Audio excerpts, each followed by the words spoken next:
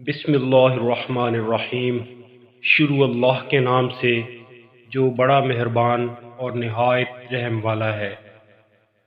حضرت ابو ہریرہ رضی اللہ عنہ کہتے ہیں کہ رسول اللہ صلی اللہ علیہ وآلہ وسلم نے فرمایا، تم میں سے جب کوئی وضو کرتا ہے اور اچھی طرح وضو کرتا ہے، پھر مسجد آتا ہے اور اس کے گھر سے نکلنے کا سبب صرف نماز ہی ہوتی ہے، تو اس کے ہر قدم کے بدلے اللہ تعالی اس کا ایک درجہ بلند کرتا ہے اور ایک گناہ مٹاتا ہے، یہاں تک کہ وہ مسجد میں داخل ہو جائے۔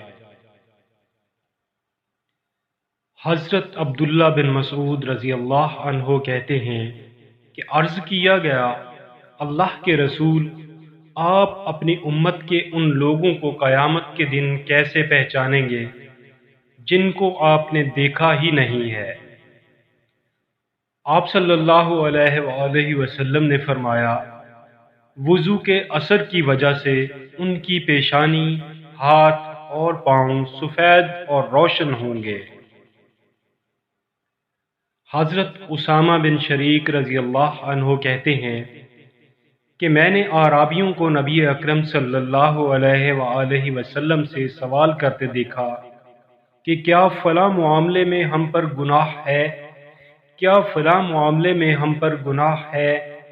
تو آپ صلی اللہ علیہ وآلہ وسلم نے فرمایا، اللہ کے بندو، ان میں سے کسی میں بھی اللہ تعالی نے گناہ نہیں رکھا سوائے اس کے کہ کوئی اپنے بھائی کی عزت سے کھیلے، تو دراصل یہی گناہ ہے۔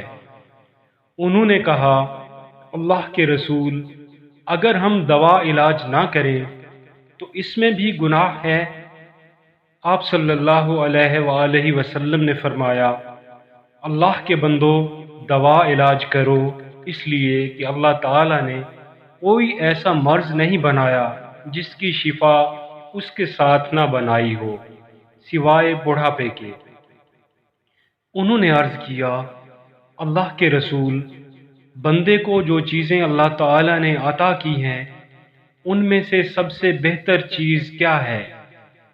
آپ صلی اللہ علیہ وآلہ وسلم نے ارشاد فرمایا، حسن اخلاق۔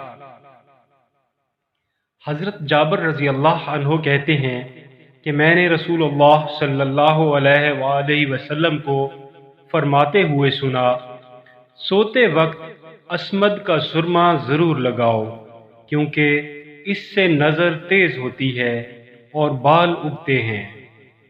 حضرت عبداللہ بن عمر کہتے ہیں کہ رسول اللہ صلی اللہ علیہ وآلہ وسلم نے فرمایا، تم لوگ اپنے اوپر اسمد کو لازم کر لو، اس لیے کہ وہ بینائی تیز کرتا ہے اور بال اگاتا ہے۔